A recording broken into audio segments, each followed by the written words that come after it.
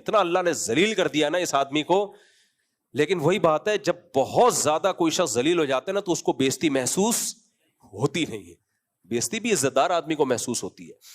تو وہ کیسا, وہ قرآن کی آیت پڑھی کأنہم بنیان مرصوص, اس کے بعد فائر کا آرڈر کیا, اور پھر الحمدللہ پھر ایئر فورس نے جو اپنی بہادری کے جوہر دکھائے ہیں. کیا یہ جو JF-17 ہے, اس کے بارے میں 8-10 سال پہلے ہم نے کسی ورک شاپ میں نا, ہمارے ایک دوست ہیں سائنٹسٹ ہیں, وہ انہوں نے ہمیں ورک شاپ کروائی تھی اور بتایا تھا JF-17 کیا ہے, اس میں کیا کیا خاصیتیں ہیں.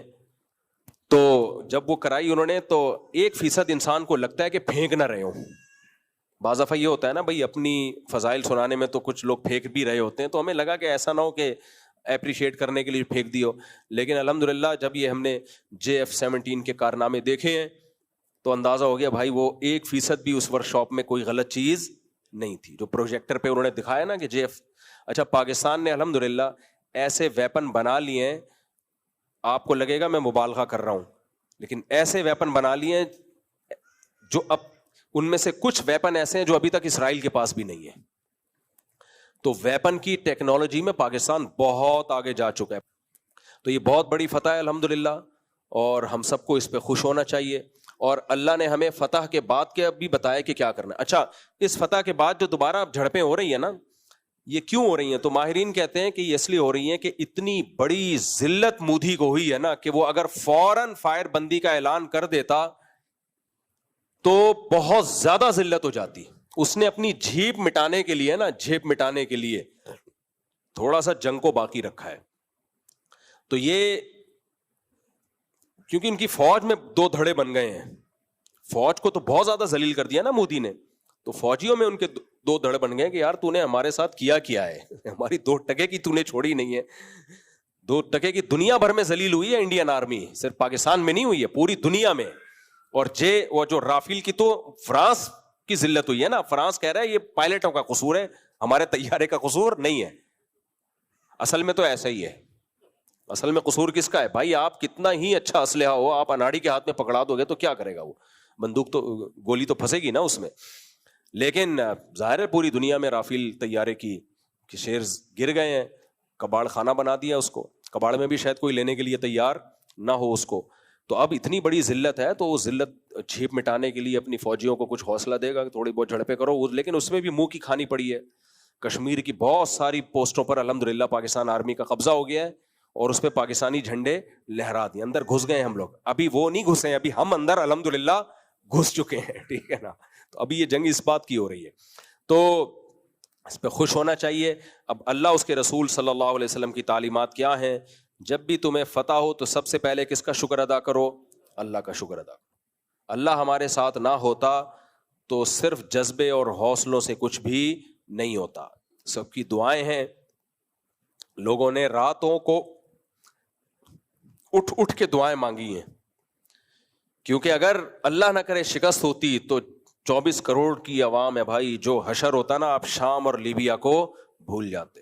یہ ہندو ہے, اس کے بارے میں مشہور ہے, سب ہندوؤں کی بات نہیں کر رہا, جو متشدد ہندو ہیں, کہ بدترین حکمران اور بہترین غلام. سمجھ رہے ہیں نا, بدترین حکمران اور بہترین غلام. کہ اس طرح کے متشدد لوگ جب حکومت میں آتے ہیں تو بدترین حاکم ہوتے ہیں, پھر وہ تو آپ باقی دنیا کو بھول چکے ہوتے. تو یہ اللہ نے ہمیں فتح عطا فرمائی ہے, اس پہ پوری قوم کے دل خوش ہیں. فوج کو بہت زیادہ حوصلہ دینا چاہیے, ہمیں اپریشیٹ کرنا چاہیے. اور میں بار بار کہتا ہوں بھائی اپنے بچوں کو فوج میں بھیجو, کیونکہ ملک چلتا کس سے ہے؟ سسٹم سے ہی چلتا ہے, ہمارے یہاں سسٹم سے نہیں چلتا. تو اچھے لوگ فوج میں جائیں گے. تو ہمارے ایک دوست ہیں بریگیڈیئر ہیں آرمی میں, ان کو میں نے کل فون کیا, میں نے کہا یہ اتنی دیر سے حملہ کیوں کیا؟ انہوں نے کہا بھائی ہم حملے کا پروگرام تھا پہلے سے, لیکن ہم بین الاقوامی دنیا کو دکھا رہے تھے, کیونکہ ہم نے پہلے حملہ کر دیتے نا تو مودی پوری دنیا کو رونا پیٹنا شروع کر دیتا. یہ روتا بھی ہے کر کے نا, بیوہ عورتیں نہیں جیسے کرتی ہیں ایسے کرتا, یہ بہت روتا پیٹتا دنیا کو, مجھے مار دیا. تو پاکستان نے پہلے ہونے دیا کہ تاکہ پوری دنیا کو میسج چلا جائے کہ پہل ہم نے نہیں کیے, دفاع میں ہمارا اور دنیا بھی کب انوالو ہوئی ہے؟ پاکستان بہت پہلے سے امریکہ سے کہہ رہا ہے کہ آپ پڑھو بھائی, سلو کرواؤ, جوں نہیں رینگری. جب کوٹا ہے نا طبیعت سے, پھر امریکہ بھی آیا, یہ کیا ہو رہا ہے, واٹس گوئنگ آن. اچھے بچے ایسے نہیں کرتے. اس سے پتا چلتا ہے یہ دنیا ڈنڈے کی مانتی ہے. یہ دنیا کس کی مانتی ہے؟ دنیا ڈنڈے کی زبان سمجھتی ہے بھائی. تو اور دیکھو ہم غریب ہیں, قرضوں میں ڈوبے ہوئے ہیں. آخری بات کر کے بس یہ ٹاپک ختم کرتا ہوں میں. ہم قرضوں میں ڈوبے ہوئے لوگ ہیں, ہمیں تانا دیا جاتا ہے IMF سے قرضہ لیتے ہو, تمہارا تو بچہ قرضوں سے میں ڈوبا ہوا ہے. بچے زیادہ پیدا کر لو, قرضہ کم ہو جائے گا. ایک پیکج یہ بھی ہے میرے پاس. ایک بچے پر اگر 1 لاکھ روپے آ رہے ہیں تو 10 بچے پیدا کر لو, وہ 1 لاکھ ڈیوائڈ ہو جائیں گے. ہر بچے کو کیا 10-10 روپے جا کے ڈبے میں ڈال دے, قرضہ ادا ہو جائے گا. ایک پیکج یہ بھی ہے میرے پاس. خیر, تو قرضوں میں ڈوبے ہوئے ہیں, غریب ہو, فلانا ہو. ہمیں اگر ہم پاورفل ہے نا تو ہمیں اس غربت پہ کوئی شرمندگی نہیں ہے. اور حنفی نیا فرقہ بنا ہے, نا آپ تو بہت بعد کے ہیں. انگریزوں کے آنے کے بعد ہی یہ سارے مسلک وجود میں آئے, اس سے پہلے کوئی بھی نہیں ملتا. تو اس لیے دیوبندی قطعاً فرقہ نہیں ہے, یہ بالکل غلط ہے.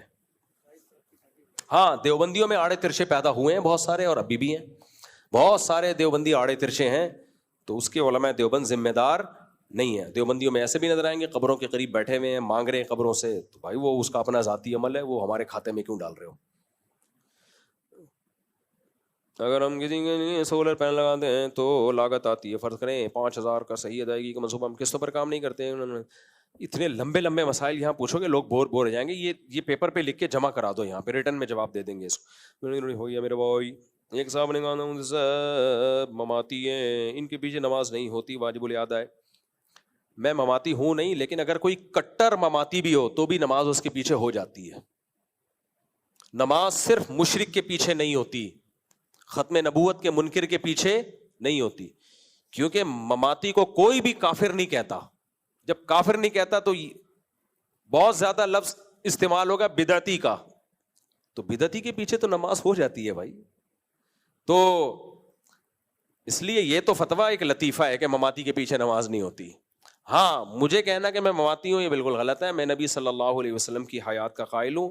آپ کی حیات اس قبر میں ہے جو برزخی قبر ہے, اور اس میں برزخی حیات ہے جو بہت پاورفل ہے. تو اس حیات ہی کے علماء دیوبند قائل ہیں. اس کو جو دنیاوی حیات سے تعبیر کیا گیا مجازن, اصل میں وہ برزخی ہی ہے. اور یہی عقیدہ حضرت مفتی شفیع صاحب رحمہ اللہ تعالیٰ کا ہے, اور جتنے ہمارے اکابر گزرے ہیں سب کا یہی عقیدہ ہے. اور میں نے جو مماتی دیکھے وہ بھی یہی سے عقیدے کے قائل ہیں. پتہ نہیں یہ پھڈا کس بات کا ہے, مجھے تو آج تک سمجھ میں آیا نہیں. اگر کوئی اس کا بھی قائل نہیں ہے تو وہ پھر خود بھگتے گا, ہمیں کیا اس سے لینے دینا. مفتی صاحب, یا آپ لوگ اس چکر میں نہیں پڑو, یہ بڑا پنجاب کا پڈا ہے میرے بھائی. آپ گئے نا تو ہمیشہ کے لیے زندگیاں برباد ہو جائیں گی. انڈیا پاکستان کی جنگ بھول جاؤ گے تم, انڈیا پاکستان کی جنگ بھول جاؤ گے. کچھ پھڈے مولویوں کے لیے رہنے دو, اس میں مولویوں کو مزہ آتا ہے لڑنے کا, تو لڑنے دو ان کو, تم نہیں پڑھو ان چکروں میں.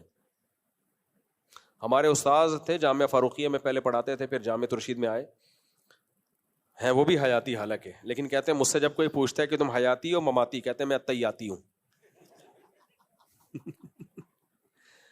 کہتے کیا مطلب؟ کہتے ہیں بھائی میں جماعت سے نماز میں عطیات میں پہنچ رہا ہوتا ہوں, میرے عمل میں اتنی کمزوری ہے تو مجھے اس کی فکر ہے کہ عطیاتی سے نکل کے تکبیر اولا پر آؤں. تو وہ مسائل زیادہ اہم ہے, کہتے ہیں عطیاتی, تو میں عطیاتی ہوں تو میں پہلے تکبیر اولا پر آ جاؤں گا نا, پھر اگلے اسٹیپ میں یہ مسائل حل کروں گا میں. تو کچھ مسئلے مولویوں کے ذاتی ہو چکے ہوتے ہیں, وہ بیچارے دیکھو مولوی بھی انسان ہے, ان میں بھی کینہ بغض پیدا ہو سکتا ہے, انسان ہے. تو اب مناظرے کر کے نا وہ کچھ ان کا ذاتی بن چکا ہوتا ہے. اب اہل حدیث کے بارے میں ہمارے کسی مولوی نے فتویٰ دیا ان کے پیچھے نماز ہی جائز نہیں ہے. ایک دن میری ملاقات ہوگی, میں نے کہا آپ نے اہل حدیث کو اتنا کیوں کافر بنا دیا آپ نے ان کو کہ ان کے پیچھے نماز جائز نہیں ہے؟ کہہ رہے ہیں آپ کو نہیں پتا اہل حدیث کے پیچھے جب نماز پڑھتے ہیں تو پھر وہ یوں کرتے ہیں, پھر وہ ایسے مسئلہ بتاتے ہیں, پھر وہ غیر مقلد بنا لیتے ہیں, پھر وہ یہ کرتے ہیں. تو میں نے کہا بھائی نماز کا کسی کے پیچھے جائز یا ناجائز ہونا ایک شرعی مسئلہ ہے, اس کے لیے شرعی دلیل چاہیے, شرعی دلیل چاہیے اس کے لیے. یہ میرے اور آپ کے جذبات, انہوں نے یہ بھی فتویٰ دے دیا کہ ایک ہاتھ سے مصافحہ ناجائز ہے. اب حدیث میں ٹھیک ہے 2 ہاتھ, وہ حدیث ہے جس کی ہم تشریح کرتے ہیں اس سے 2 ہاتھ مراد ہیں, اہل حدیث کہتے ہیں اس سے 1 ہاتھ مراد ہے, وہ ایک اختلافی مسئلہ ہے. لیکن ایک ہاتھ سے مصافحہ ناجائز تو کوئی بھی نہیں کہتا. تو ہم نے ان تک پیغام پہنچایا ناجائز کیسے کہہ دیا. ان کا جواب آیا کہ اس میں غیر مقلدین کی اہل حدیثوں کی مشابہت ہے. تو میں نے کہا اہل حدیث کو آپ ہندو بنا رہے ہو یار, یعنی یہ اپنی ٹھرک ہے, آپ یہ ٹھرک ہے اپنی. تو ذاتی بغض مولویوں میں بھی ہوتا ہے اور یہ دیوبندیوں میں بھی ہوتا ہے, اہل حدیثوں میں بھی ہوتا ہے. کچھ اہل حدیث ایسے متشدد ہوتے ہیں, وہ ان کا اپنا مسئلہ ہوتا ہے, وہ ذاتی ہے. تو اس لیے میں لوگوں سے کہتا ہوں شخصی فتوے کو فالو نہ کیا کرو, اداروں کے فتووں کو ویلیو دیا کرو. ادارے سے جب کوئی فتویٰ نکلتا ہے نا تو 20 طرح سے اس پہ غور و فکر ہوتا ہے. تو اسی وجہ سے پرسنلی ہو سکتا ہے کوئی دیوبندی کہتا ہو اہل حدیث اہل سنت والجماعت سے خارج ہیں, لیکن جب آپ کسی ادارے سے فتویٰ لوگے, دارالعلوم کرنگی سے, جامعۃ الرشید سے, یا بنوری ٹاؤن سے, یا کسی بڑے ادارے سے, تو وہ فتویٰ آئے گا اہل حدیث میں اگر کوئی شخص ایسا ہے جو اسلاف کو برا بلا کہتا ہے تو وہ اہل سنت والجماعت سے خارج ہے. اور اگر کوئی معتدل ہے تو پھر وہ اہل سنت والجماعت سے خارج نہیں ہے. ان سے نکاح کے معاملات بھی جائز ہیں, ان کے پیچھے نماز پڑھنا بھی جائز ہے. تو ذاتی بغض ہوتے ہیں, اور یہ اہل حدیثوں میں بھی ہے. کچھ اہل حدیث کہتے ہیں دیوبندی کے پیچھے نماز ہی نہیں ہوتی, تو وہ اس کا کسی دیوبندی نے اس کی چپل چوری کر لی ہوتی ہے یا کوئی, کچھ کا ذاتی بغض ہوتا ہے, وہ پھر نکالنا شروع کر دیتے ہیں. بس جلدی جلدی مٹا دو یار. انٹری کے وقت قرآن آیات نعات یا پھر نشید چلانا کیسے,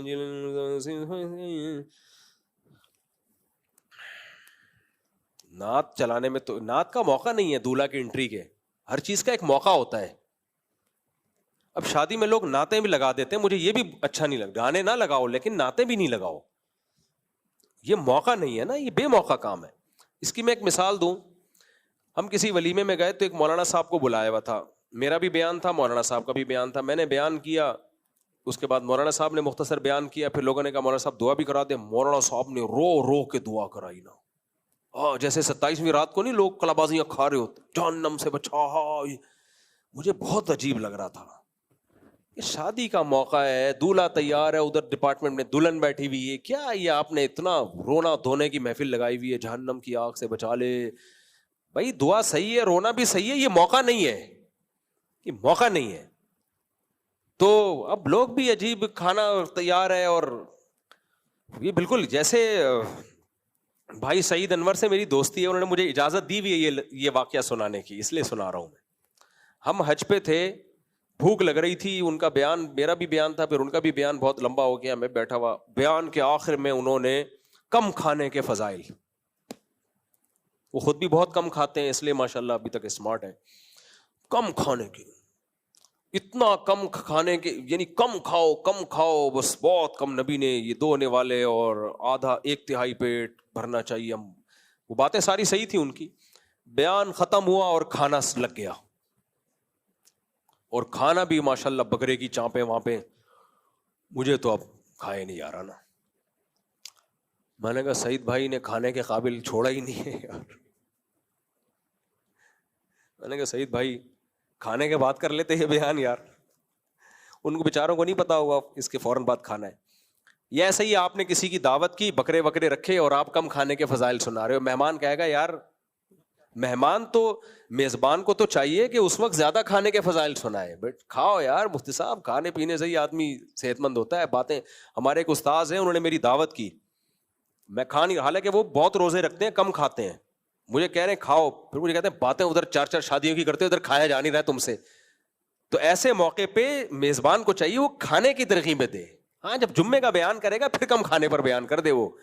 تو ہر چیز بے موقع بری ہوتی ہے.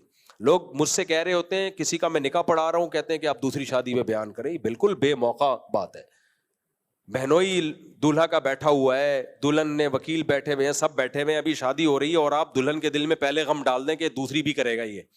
یہ بالکل موقع نہیں ہے بھائی. اس کو دولہا کو آپ دوسری شادی کی ترغیبیں اور وہاں بیان کرنا شروع کرتے. کبھی بھی میں نکاح کی مجلس میں دوسری شادی کے فضائل نہیں سناتا, ایک ہی شادی کے فضائل. کبھی بھی آپ میرا ریکارڈ نکال کے دیکھ رہے ہیں, جتنے شادی کے موقع پہ بیان ہوئے تذکرہ بھی نہیں چھیڑتا میں, کیوں, یہ بے موقع بات ہے.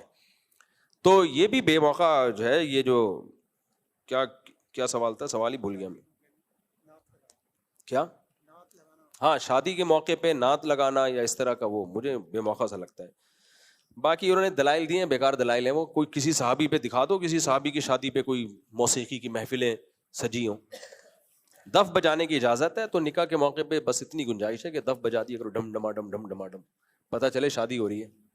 کچھ لوگ پر مسالہ زیادہ لگ جاتا ہے، وہ شادی اور میت میں فرق ہی پتہ نہیں چلتا ان کے. اچھا میرے بھائی، اس مسجد کے کیا لکھا ہے یار، ہمارے امیر صاحب جناب احسان الحق صاحب کا منگل کو بائی پاس ہے، ان کے لیے دعا فرمائے. دل سے دعا ہے یار، اللہ تعالیٰ ان کو شفائے کامل عاجل عطا فرمائے. یہ پورا سوال خلاصہ سنا دیں، اتنا لمبا سوال ہے، وقت بہت زیادہ ہو گیا بھائی. مفتی طارق مدود صاحب، میں جامعہ بن نوریہ عالمیہ سے ہوں، آپ سے ملنا چاہتا ہوں. کہاں ہیں؟ السلام علیکم، کیا حال ہے بھائی؟ ٹک ٹاک آ گئے، تھوڑا سا سیلفی بھی ہو جائے نا، سب سیٹ، ماشاء اللہ.